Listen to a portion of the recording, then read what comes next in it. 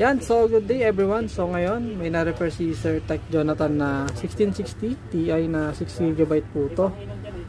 Na so ang ano po nito ay ito siya.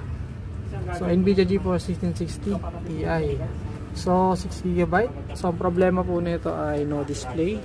So based upon further inspection ni Sir Jonathan, so nang nakita problema dito ay madumi. Tapos may liquid damage. Tapos yung thermal pad niya ay expired na rin. So yun, dinaan lang namin ito sa 6 stage of cleaning.